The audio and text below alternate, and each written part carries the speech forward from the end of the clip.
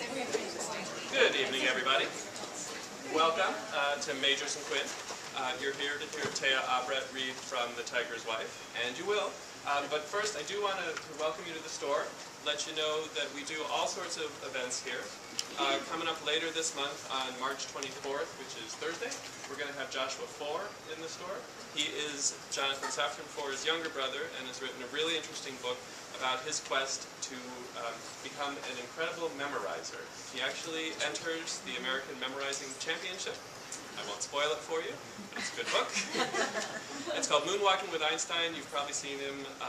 He was on the Colbert Report. He's all over the place. It's very interesting. He can actually bring people up from the audience, teach them some of the techniques that he uses. So if you want to take part in that, come sit here on March 24th. We're going to have a lot of great people coming up this spring. Let's see, Philip Connor is going to be here. He is a editor at the Wall Street Journal who takes his summers off and goes and stays in a fire lookout in New Mexico in order to practice his writing craft. He's written a really interesting book about that called Fire Season. We're going to have Sam Lipsyte here reading from The Ask, which is a really good black comedy. If you like that sort of thing, you'll really enjoy that. And looking farther into May, we're going to have Catherine Friend here. She raises sheep in southwestern Minnesota and has written a really funny memoir about that. She'll be here on May 12th. And even farther forward, if you want to mark your calendars, July 15th, we're going to have Sapphire in the store. She wrote she wrote Push, which became the movie Precious. And she's back with the sequel to that novel. It's called The Kid. It comes out in July, and she'll be here. So, hope to see you back very soon. All our events are free and open to the public. If you have any questions, ask anybody. We're in a staff tag. Sign up for our newsletter. Find us on Facebook. Follow us on Twitter. We're all over the place. But we like it best when you're here. So, without any further ado, Téa Obreht.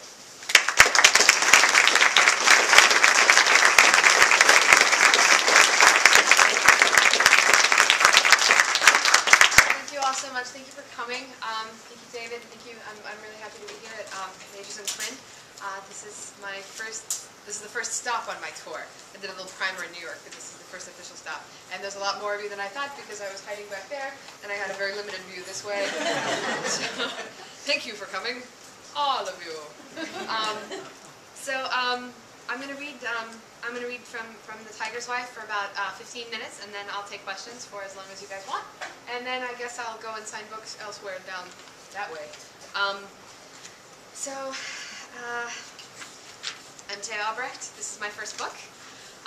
Launch day was March 8th, which was last Tuesday, so it hasn't been out for a week yet. And this is a very exciting time for me, and I'm very excited to be able to do this in front of all of you.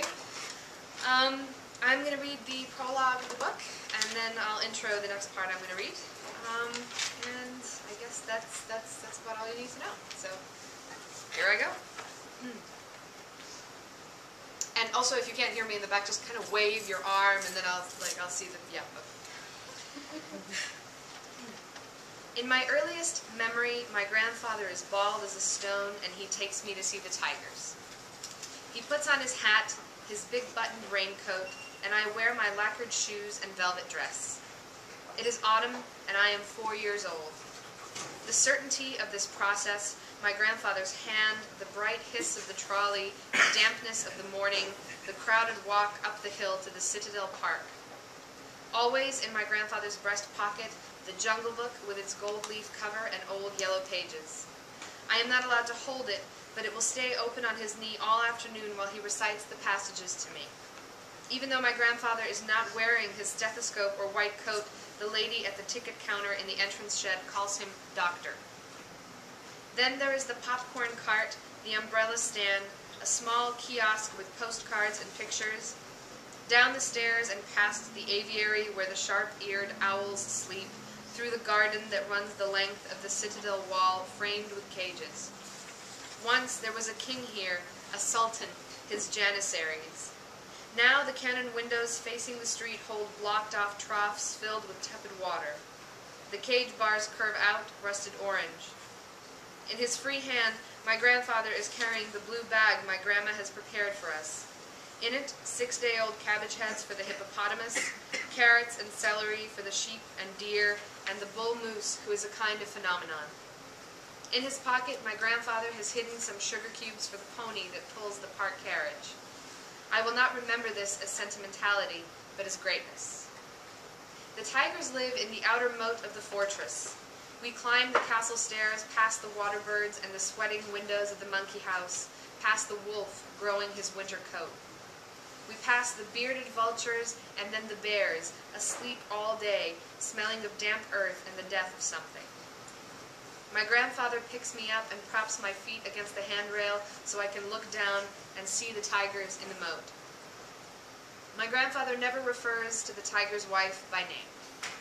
His arm is around me and my feet are on the handrail, and my grandfather might say, "I once knew a girl who loved tigers so much she almost became one herself."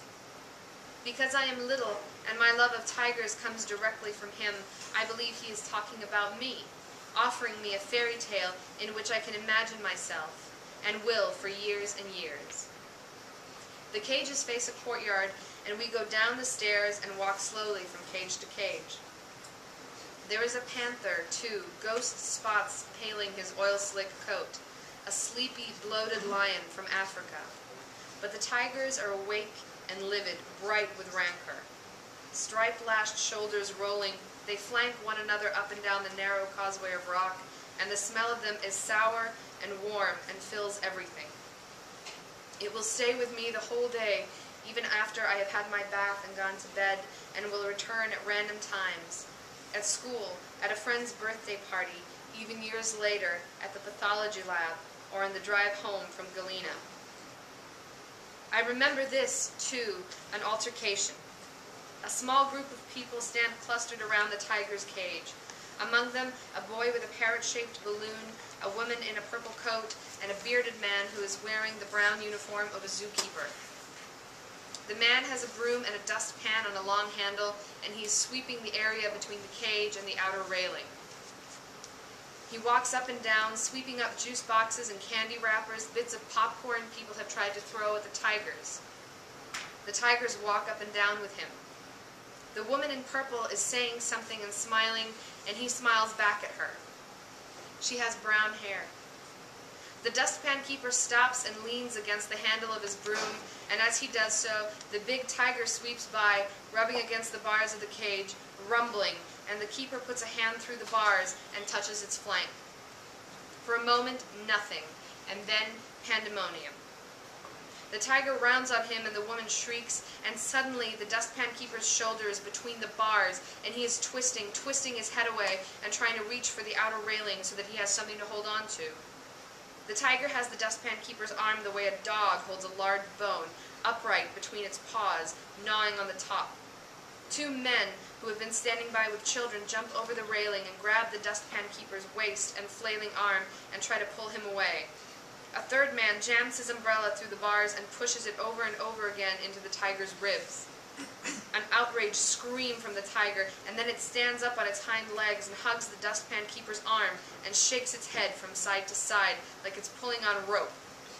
Its ears are flattened, and it is making a noise like a locomotive.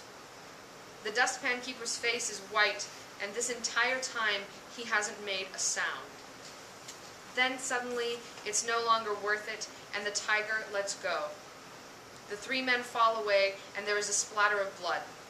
The tiger is lashing its tail, and the dustpan keeper is crawling under the outer railing and standing up. The woman in purple has vanished. My grandfather has not turned away. I am 4 years old, but he has not turned me away either. I see it all, and later there is the fact that he wants me to have seen. Then the dustpan keeper is hurrying our way, winding a piece of torn shirt across his arm. He is red-faced and angry on his way to the infirmary. At the time, I believe this is fear, but later I will know it as shame. The tigers, agitated, are lunging back and forth across the grate. The keeper is leaving a dark trail on the gravel behind him. As he passes us, my grandfather says, "My God, you're a fool, aren't you?" And the man says something in reply, something I know not to repeat. Instead, Shrill and self-righteous in my lacquered boots, brave because my grandfather is holding my hand, I say, "He's a fool, isn't he, Grandpa?" But my grandfather is already walking after the dustpan keeper, pulling me along, calling for the man to stop so he can help him. So that's the prologue of the book, and the book is about Natalia, the narrator Natalia, who later on is a doctor, and talks about and reflects on her grandfather following his death, and reflects on stories he told her, and also a story he didn't tell her that she finds out on her own, which is about a story about his own childhood in a snowbound village during World War II, which is the story of the tiger's wife. And I'm now going to read a second part, and all you need to know is that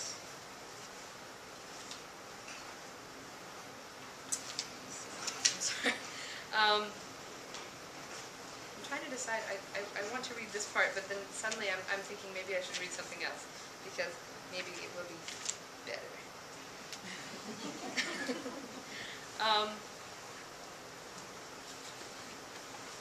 Okay. I'm going to read. Okay. So one of the stories that he tells her, the stories that the grandfather tells her, I'm sorry, it took me a moment there to decide. I thought I had decided, but then I've changed my mind. And I'm sorry, I feel like I'm torturing this podium as well. I'm doing horrible things to it. So the story that the stories that Natalia reflects on her grandfather telling her usually happen during wartime, and it follows their life in former Yugoslavia, which is also where I'm from, during certain bombings and certain moments during the War of the 90s, and then also in the late 90s. And this is one of the first stories this is the beginning of one of the first stories that he tells her. Hands behind his back, walking in the shadow of the elephant, who I was going to read about but didn't, my grandfather says, "This is late summer, 54, not 55, because that's the year I met your grandma. I am first triage assistant for the battalion, and my apprentice, God rest him, or intern as you would call him now, is Dominic Laszlo, a brilliant little Hungarian fellow who has paid a lot of money to study at our university and who doesn't speak a word of the language. God knows why he's not in Paris or London. He's that apt with a scalpel. He's not apt at much else, though. At any rate, a call comes in from this village where there is a sickness. Some people have died, and those still living are afraid. There is a terrible cough and blood on their pillows in the morning. This is about as mysterious to me as an empty milk saucer when there's a big fat cat in the room, and the cat has a ring of milk on its whiskers, and everyone is asking where the milk is.